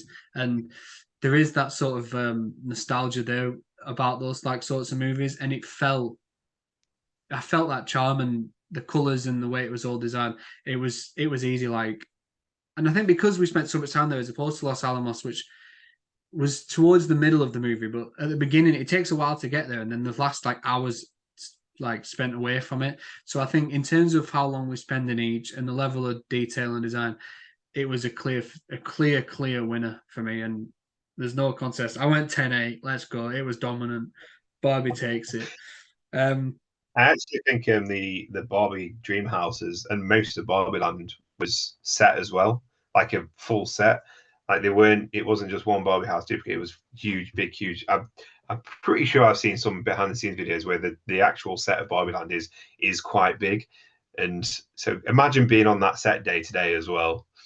Yeah, I mean, that's fun. I mean, if this was a super Marvel movie, that was all CGI. They were in a shed with a green screen behind them. So let's just be grateful we got what we got. A quick question before we move on to the last two. Do you know with the Oscars and obviously like you get all those technical awards, do you think Oppenheimer's just going to clean sweep it all? Like the special effects, like the sound design and stuff. Yeah, I'm not really a huge awards guy, so but this year I might get into it a little bit more. But I would imagine out of the two, if Barbie doesn't win set design, I'll be surprised, or at least get nominated for it. I'll be surprised. But Oppenheimer will do big numbers, I think, because it is such a big movie that you can't. There's going to be a lot of cast nominations, and I'm guessing a lot of cast wins. I bet Robert Downey Jr. gets one.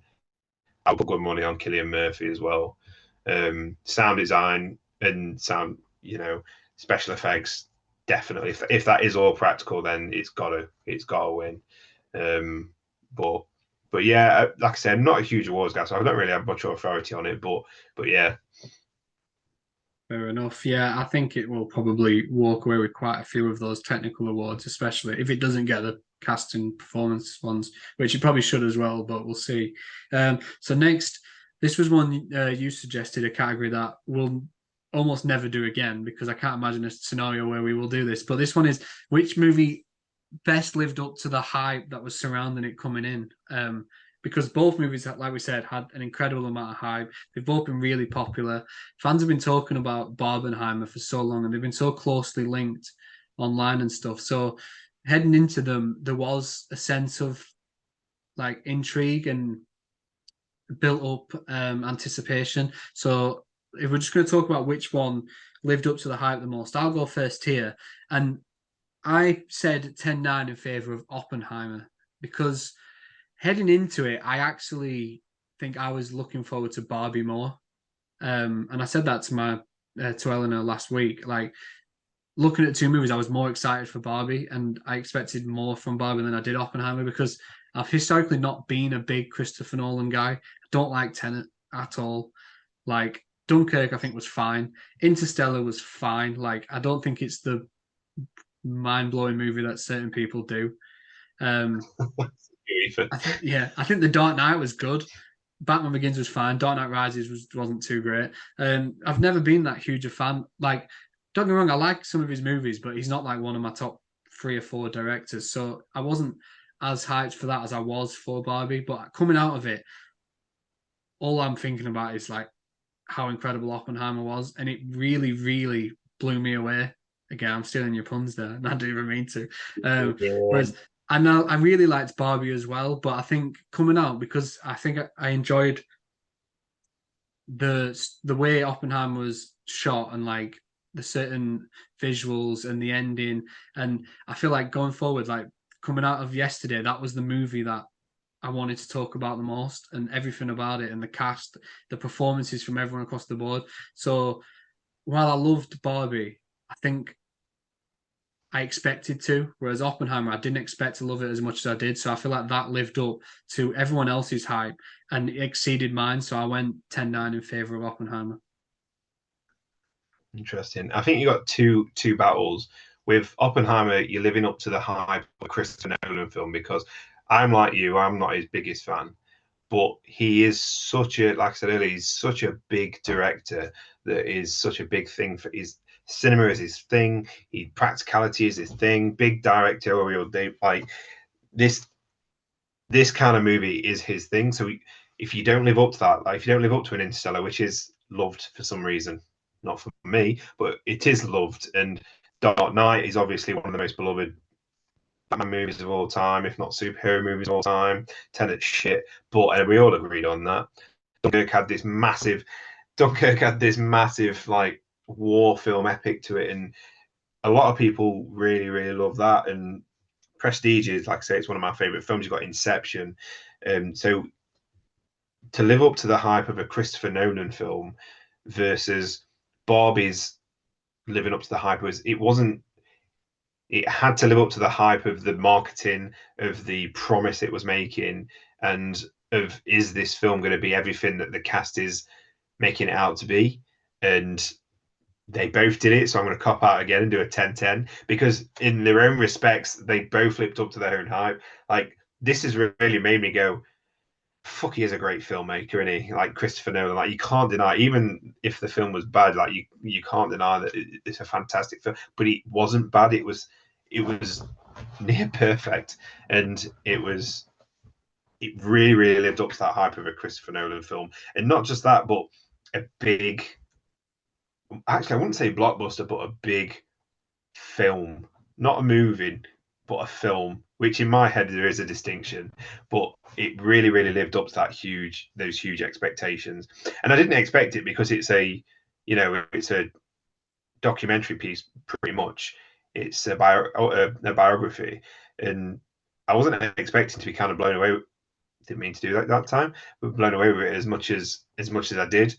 But it really, really did, and so it massively lived up to that. And the expectations on Barbie were so high because of all the fun marketing, because of how fun the trailers are, because of how all the interviews with Margot Robbie and I nearly said Ken, Ryan Gosling. Ryan Gosling is Ken. That's it now Yeah, going forward. Ryan Gosling is Ken. Um, Everything building up to Barbie, it had the potential to fail. It had the potential to fail because it held itself up so high. But luckily, it can stand on its legs and stand proud because it's a phenomenal movie. So again, phenomenal. But that's why I couldn't go either way, and I copped out. It was me that suggested this one, and I copped out by just giving it to both of them. But did they live up to the Barbenheimer hype? Yeah, we both. You don't have to have any insider scoop. You can look online and see which is the more successful film in terms of money, but money doesn't equal everything, as we both know. We both love the Eurovision movie, Yeah. and that didn't make anything. And look at the Flash. But The Flash didn't make much, and that was a masterpiece. fuck yourself. But they are both worthwhile contributions to film and cinema this year. To the point where I was thinking about the films this year, and I decided I'm going to make a top 10 contenders for my film of the year on Letterboxd list. And the first two that went in there were Barbie and Oppenheimer. And then I had to think of what the rest of the films were. Like I didn't think anything would get better than Spider Verse or Guardians 3, which are two superhero movies for me. But then again, we had The Whale this year as well, and John Wick 4, which blew me away, and Mission Impossible. And these two somehow have topped everything already. So unless Ninja Turtles is the best fucking movie of all time, I don't think it's gonna be hard to. Well, it's gonna be really hard to knock these two off the top spot. Yeah, I know what you mean. Like I said, this could have been a very, very different weekend if we got these two movies that have been built up so highly and they both just sucked. Like it would have been such a more depressing like turnaround for everyone. And I don't know if word of mouth will spread or whether these movies, like especially Barbie, would continue to do numbers the way it has if it was a bad movie. But it's not. They're both incredible, and having them two now and Mission Impossible last week, it's just what a time. Movies are just thriving right now. It felt like we were going a very different direction when all these franchises were struggling to make money, and now we've just had three fucking superb movies in 10 days. And my even though I love both, my most anticipated movie of the year heading into it was Martin Scorsese's Killers of the Flower Moon. So if that can even be Yeah. half as good as these, then I am very, very happy. So yeah, I think both films did a great job living up to the hype, but for me, I think Oppenheimer exceeded my hype for it, which is why I went a little more in that favor. But we'll I close it think out then it's with the. also, sorry, I think it's also like really interesting that we've got these really individual massive films that are both masterclasses in what they want to do and the messages they want to get across. They're both expertly crafted, so finely tuned, especially Oppenheimer. It's so finely tuned, so tight and well played out, whilst we've got writer strikes and Yeah, everything's looking a bit uncertain. It's madness. yeah, like if this doesn't show you, pay your fucking writers and pay your actors. Like just pay everyone what they deserve. Pay me what I deserve. Don't pay Niv. And pay you what you deserve because that's pennies. Um, but we'll close it out then, and we'll go on to the final category, which is usually we do like the legacy one, which is how a film is held up after so many years and how it's looked back now. But this was your suggestion again. So you have contributed positively somehow. Um, but we'll go. You suggested this with the potential legacy and how we think these movies will be looked back at and how they'll hold up over the years. Um, so I'll let you go first for this one. In terms of Barbie and Oppenheimer, how do you think both movies will look back going forward, and which one do you think will have like the long, like the stronger legs and will be more fondly remembered and have the greater legacy? I went. It's hard to score this one because this wasn't completely opinion based and speculative, and Are all there's these no not opinion facts. based? Or are these? All right, well, if you want to play that fucking game, Jesus Christ. I was gonna say No, I didn't know your word was gospel. no, no, I've been using my no, no. opinion. I feel like you don't know me well enough to understand that my word is gospel, and I believe my own voice more than anybody else's. Maybe I And should start paying attention to you then. if if you're telling me that Ken isn't the best second lead, and that's not a fact, go fuck yourself. Fine, sorry, let me rephrase that. In my opinion, um, you know, I think they're both going to be huge movies that are remembered fondly and looked back on for very, very different things. Um, Oppenheimer, like I say, is very finely tuned masterclass in filmmaking. But I gave up 10 Night and Barbie because Barbie is going to be one of those films. Like Oppenheimer to me doesn't beat The Prestige, and The Prestige is still Christopher Nolan's best film in my eyes. And I will say that to anybody. I will fight anybody on it, and I will watch it as many times as I like, and nobody can fucking stop me.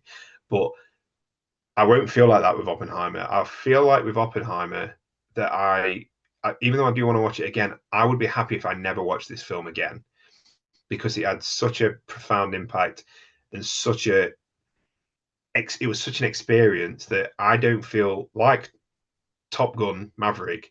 I'm happy never watching it again because if I watch it again, it's probably going to be on a TV screen.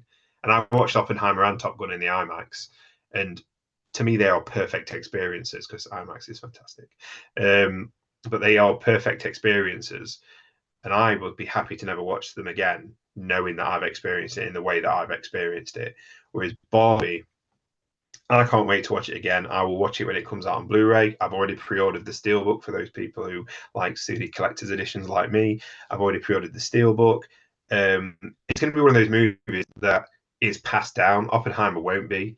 It will be in circles, obviously, but Barbie will be passed down through children, through grandchildren, nieces, and nephews, and families will continue to watch it. It will become one of those DVDs that kids watch on repeat until the parents know every single word and get bored of it.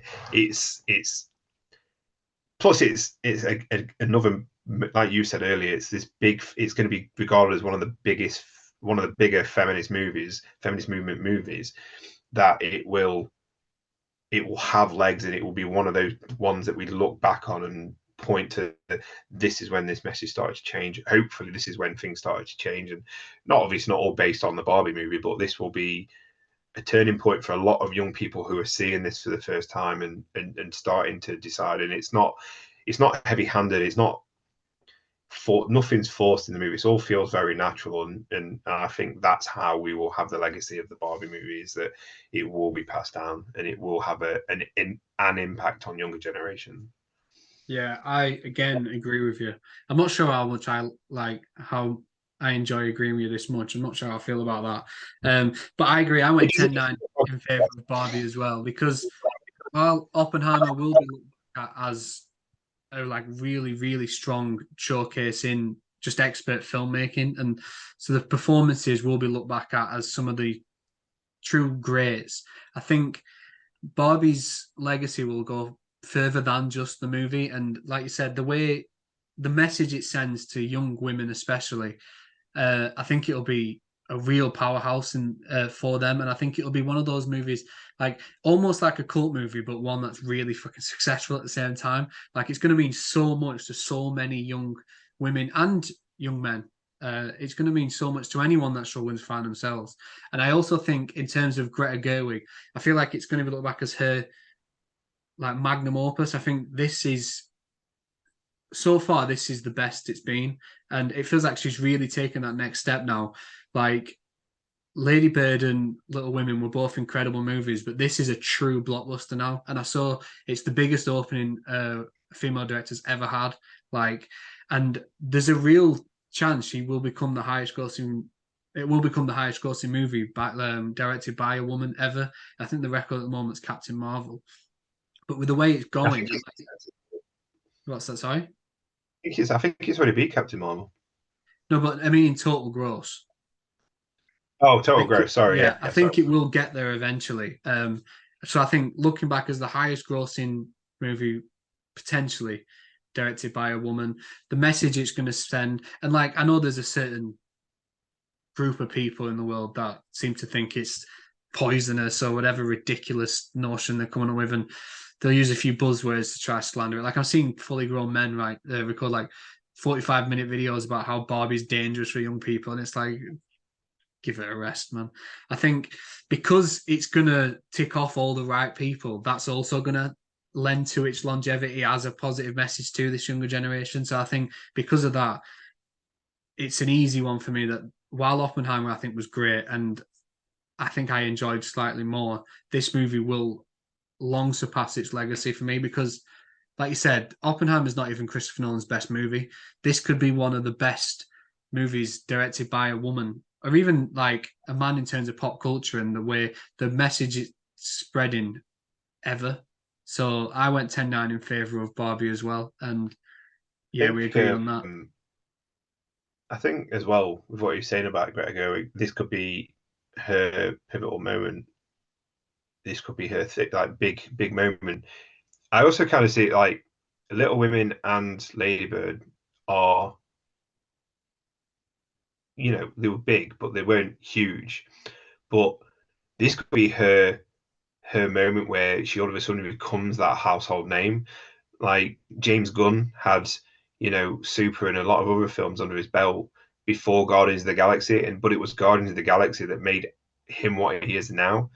And I would love it if that happened to Greta Gerwig, because she's obviously got I mean, I've seen little clips of Little Women, seen a few clips of Little Women, which weren't about very, very small, short women, which I was surprised to find out.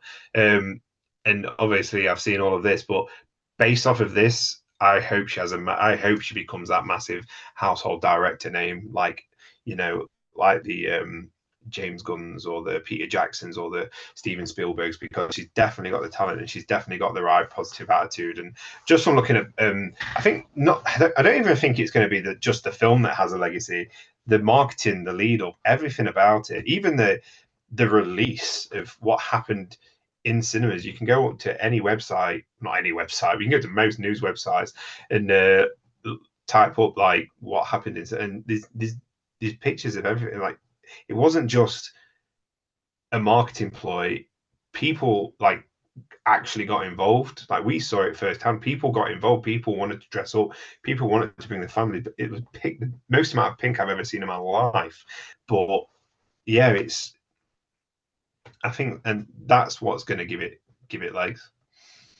Yeah, I agree. It's interesting to look, like you mentioned there. This could be like, in comparison to Spielberg, this could be her Jaws, the movie that really announces her to the more casual movie fans that probably watched Little Women but didn't know who Greta Gerwig was and didn't pay attention to who Greta Gerwig was. And now that maybe these younger women, or even just younger audiences in general, I mean, and I'm speaking for myself especially, that when you see or hear there's a Greta Gerwig movie coming out, I know I'm going to watch it now, because her success rate it's unmatched right now. She's got a perfect 3-0 record in my eyes. Like, she's not missed yet. So I think the way this is going and how big a success this is, I think this will be one of those where now people will go out of their way to watch a Greta Gerwig movie. She's the new. Hopefully, she's like Zack Snyder. I love Zack Snyder. I love that Zack Snyder, and I love all his movies. But that joke cracked me up more than any other joke. It was me and one other person, and we know that other person who laughed in that cinema. Nobody else laughed at that joke, and it was me and an ex-employee that we used to work with laughed. And I was like, "Oh, who's that guy that laughed?" And as I bumped into him on the way out of the screen, I was like, "Was it you?" And he went, "Yeah, it was. Yeah." Yeah, I think I was the only one in my screen. Eleanor said I don't think she got the joke, but yeah, that was a funny moment. But anyway, that brings the CineMatch contest to an end. And I've got the scores here. And let me just say, this is very, very, very close. Which, I mean, considering how closely linked the two movies were and the whole hype around it, it's quite fitting that this was such a divisive contest. And like, it's so down the middle, like it could have gone either way. What did before we get into what the scores are, what did you think was going to come out on top? And so we both have letterbox accounts. What ratings did you give both movies, and what did you think was going to come out on top? So I give Barbie 4.5 stars. I originally give it 4, and I give it 4, and I immediately within 10 minutes thought, no, like I don't know why I put 4. Like it was one of those that I sat with it for a while before Oppenheimer. We went to grab some food, and I was just like on my way, and I was thinking, the more I thought about it, I was like, that wasn't 4. I don't, and that's going up to 4.5, and then I give Oppenheimer 5, and that was like a similar sort of mindset, but I made it before the end of the movie, so it was about maybe 3/4 through, and I thought this is probably a 4.5 star, and then as the closing stages occurred and everything was wrapped up, and I got to the end and the meeting with Albert Einstein, and we heard everything, and then I saw the world on fire, and I was like, no, this is 5. Like, I don't think there's any way I could find to improve what I've just seen. So I immediately went 5 on that. And I don't know, because I saw your scores for both, and I wasn't sure which movie you'd favour, and I wasn't sure which I'd favour, because it's all well and good saying you like one movie more, but when you really split it into certain categories, you find that there might be several in one that you rate higher than the film you actually enjoyed more overall. So I wasn't really sure which way it was going to go. How about you? What did you think was going to happen? Well, I, letterbox wise, have started a new rule based on what my friend does, where I don't rate anything 5 stars now unless I've seen it twice and it holds up a second time. So nothing can be a perfect film until you watched it a second time, or a 5-star film, should I say, and it still holds up, because there's plenty of films that I've seen that I've gone, oh, I thought that was great, and then you watch it a second time and go, actually, like Shazam 2. I came out of Shazam 2 thinking this is really fucking good. And then I saw clips of it after and I was like, oh no, not great. So I now follow that rule. So, but that being said, I gave them both 4.5 because it can't be a 5 with my rule.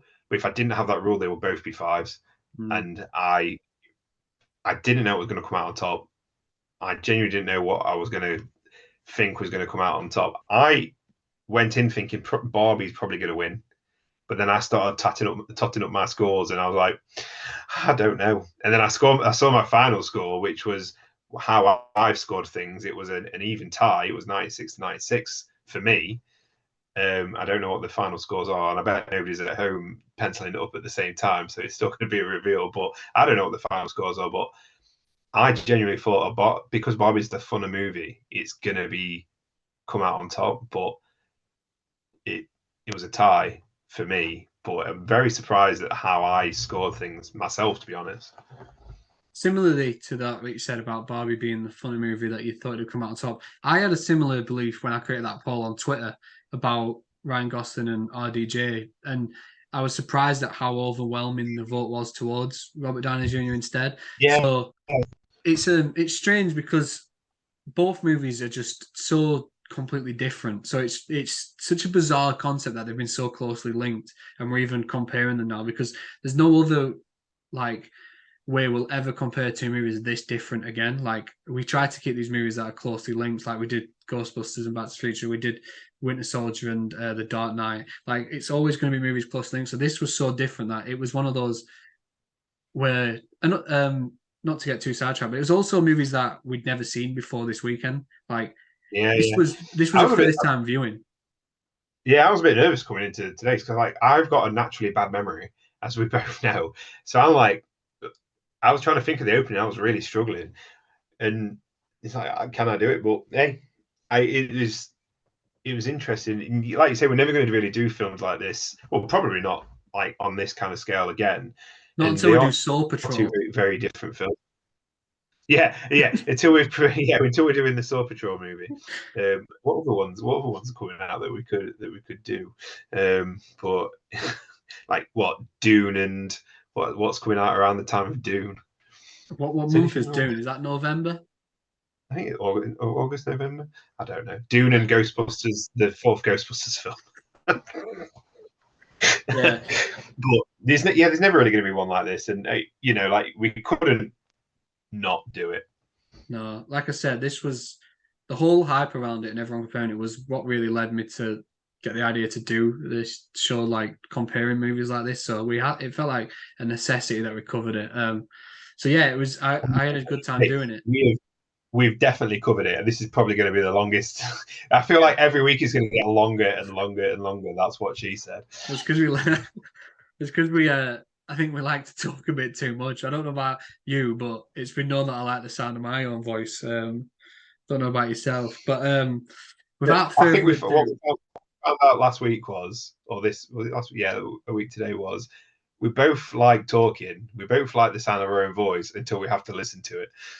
yeah. Then when I have to listen back, there's nothing worse. So I regret talking as much as I do. But without further ado, I do have the scores here. And Right. winning 190 to 189 is Oh, I'm not even gonna do the fake the drum roll because you didn't hear it last week. I couldn't hear you last week. No, I mean I heard it back and I was like, no, you literally can't hear that. That was a waste of time. The winner is Oppenheimer. Wow. Yeah. Well, I mean, it was gonna. I mean, that was all them 10-8s you were throwing out. Hey, I did two for Oppenheimer and one for Barbie. So if one of those Oppenheimers was a 10-9, I'd have had it tied too. And I don't know how to feel about just being a tie down the middle after such a great weekend. And like, by the way, we couldn't separate them. That would have been one of the worst cop outs ever. But yeah, 1 point in it, which is crazy. I don't think there's going to be many films where it's ever quite that close again, especially films that are so fucking different. Like, but it was great. I had a great time discussing it. This episode is incredibly long, I imagine, but it's been fun. Next week, I think we discussed earlier off camera. We're going to try something a little different, Yeah. and we'll reveal that more details on that through the week on the social media channels. Which I'm going to sound like a professional podcaster now because I've never done this. But if anyone is listening, they should head over to the different social media platforms we've got. It's this CineMatch podcast is currently on Instagram and Twitter at CineMatch Pod, and it's on Facebook at the CineMatch Podcast. And if you're listening on Spotify or Apple podcasts, we're also on YouTube at the CineMatch Podcast. So feel free to go over there and subscribe, even if you don't want to see our faces. You can find me on numerous different like social medias, but the one I use the most for this sort of thing is Twitter. That's where I chat the most bollocks about movies and sports and stuff, and that's at Callum Altimus, which is Altimas, which a lot of people have trouble spelling. Do you know the amount of people that will spell my last name with a U instead of an A at the end? It drives me nuts, but it happens. And where can they find you, Mr. Hannah?